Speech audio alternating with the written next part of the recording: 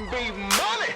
Even when I wanted to quit, like very recently, not quit, I just feel like I've completed what I wanted out of this space. It's like Super Mario Brothers. I'm level 8. I jumped over the dragon, saved the princess. I'm out. Like, it's done. I don't need to do anymore. There's nothing to prove. I wanted to sell a couple million records, work with my favorite artists, and I did all of the things that should be someone's bucket list very early on. Like how a song that I wrote about the Doo-Doo Brown, McDonald's, his name might have been Michael. I don't know. Like, who knows? We're just trying to figure out, where are you? I really want to know where this guy is. I didn't know years later Michael Jackson would hear a demo that was presented to him by John McClain, presented to him as a Floetry album. Like, look, I want you to hear these girls. And a part of that demo package were the original Floetry album, including 2 songs that were just demos. Say Yes was one of them. Say Yes was written for Ron Isley. And me and Dre Harris did that he didn't take. But it was specifically catered to him, but he didn't take it.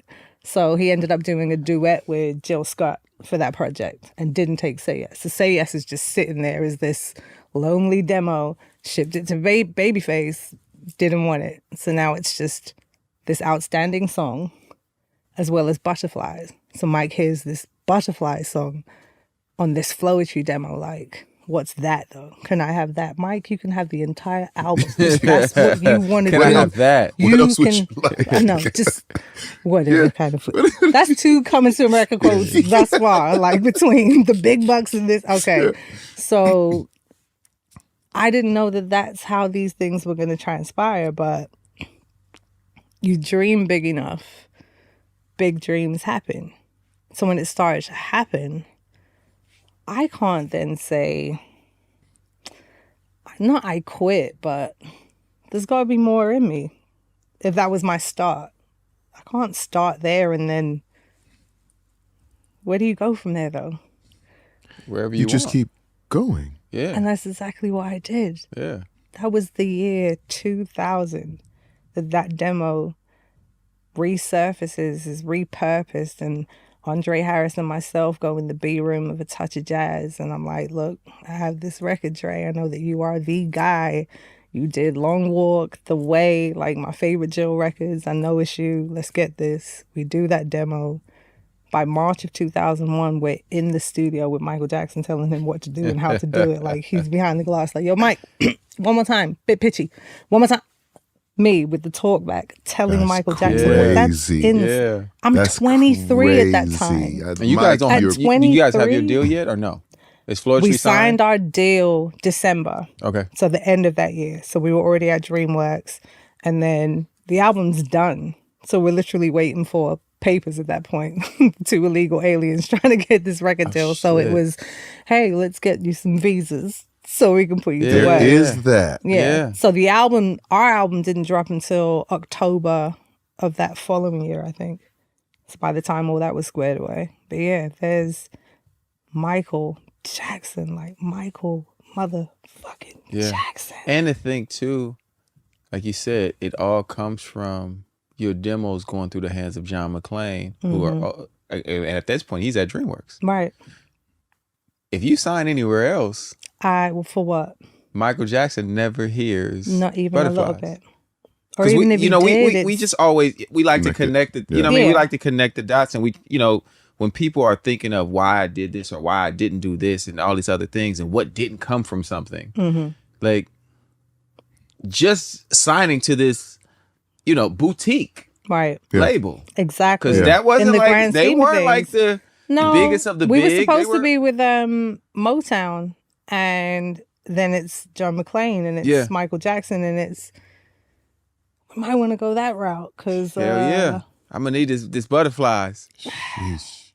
and that's how business-wise, that's how that all kind of transpired, which is crazy. But Michael Jackson himself telling me, if this is your beginning, imagine where you're going to go. Right. So Floetry go on to go platinum, couple of Grammy nods, and toured for years, and then So here's a question before you go there.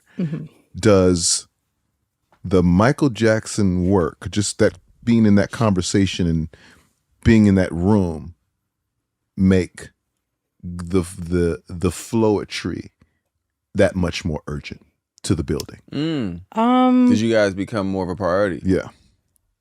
well, like you said before, it was still very much boutique. So it's on the rock side, it was Alien Ant Farm. On the urban side, it was ourselves, Ron Isley, what was her name? Why am I missing that right now? I really don't know what you came here for. Is it Jonelle? Is that her name? Jonelle, I think. Lovely girl. We've actually had conversations. Was Dave Hollister there yet?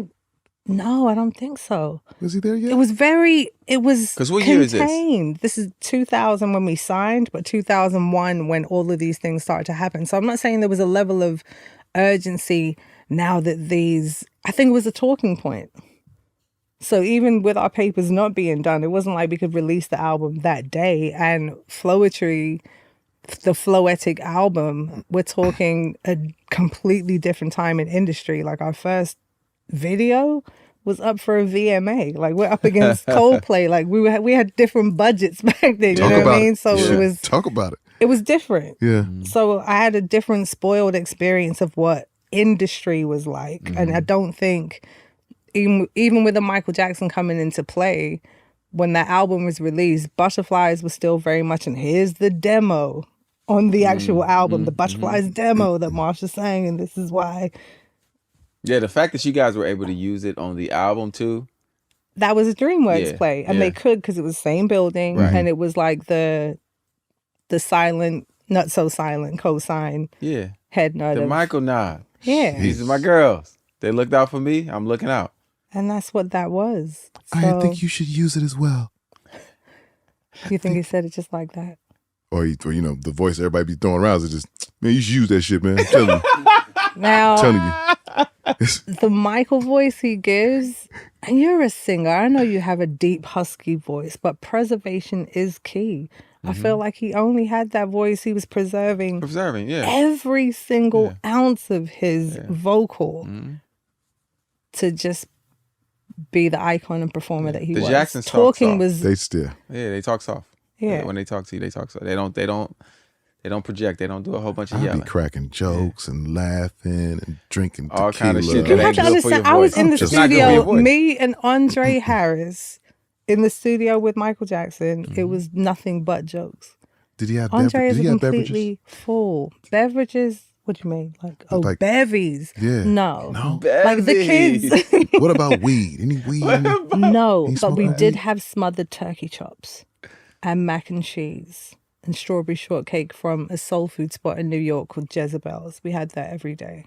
Every day. Fried chicken. Every we might day. have had it every day. I put on Get that 80 macaroni pounds. over here, man. 'Cause No, it was lovely. Like macaroni Paris was- and Prince when they were very, very young, just kids chilling in the studio. Like, was very family environment.